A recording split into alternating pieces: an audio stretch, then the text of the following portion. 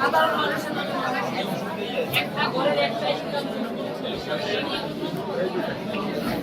Hello, এই আপনার নাম কি রেজাক? সবাই চোখ থাকে। আমার নাম হাসনাত আব্দুল্লাহ। এই শহীদ রিফাতের মামলা আপনি করছেন কেন? মানে শহীদ রিফাতের মামলা আপনি কেন করছেন? তো সে আপনার নামকে বলেছিল, ওর মা বলতেছে আপনি মামলা দিয়ে বাণিজ্য করতেছেন, মায়ের থেকে মাসিক দরদ বেশি হয়ে গেছে না? মানে যার ছেলে সে মামলা করতে পারবে না আর আপনি ইয়া করে পারবেন না? আপনি 1 ঘন্টার মধ্যে কুমিল্লা আসেন, নাহলে আমি অবস্থা খারাপ করে ফেলবো আপনার কোনো আইডিয়া নাই। আপনি মামলা বাণিজ্য করবেন না? যার ছেলে মারা গেছে আপনার সে মামলা করতে পারবে না, আর আপনি কোন জায়গার কে না কি বাল হয়ে গেছেন আপনি মামলা করবেন না? হ্যাঁ, বুঝি না। আরে মা আমার সামনে বসে আছে, আপনি কি ফাজলামি করতেছেন নাকি?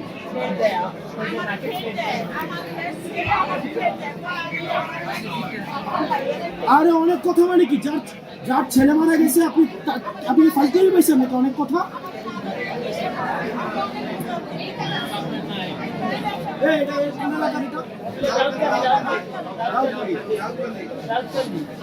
অনেক বেতন, অনেক বেতন।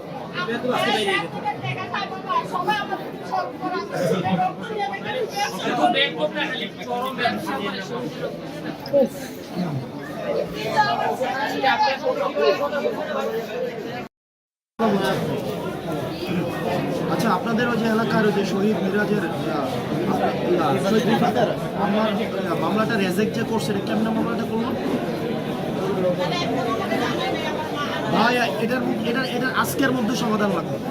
আপনার শহীদ হয়েছে যে মানে তার মা বলতেছে আমরা মামলা করি না, আর রেজেক মামলা করে হচ্ছে মামলা বাণিজ্য করতেছে, আপনারা হচ্ছে ড্রাইভার এর চাপাইতেছে না, আর হচ্ছে মামলা বাণিজ্য করতেছে না।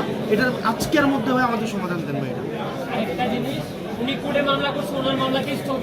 ভাই আপনি রেজেকরে ধরেন, আপনি কি বলতেছেন? আপনি ভাই, আপনি মানুষ হচ্ছে উনার ছেলে মারা গেছে, উনার বাপ মারা গেছে, একটা মহিলা, উনার হচ্ছে উনি কোনো এটা সুরাহা পাইতেছেন, আর রেজেক হচ্ছে মামলা বাণিজ্য করতেছে, মানে আরেকজনের ছেলে বেচা, মানে এটা কেমন ধরনের ফাইজলামি?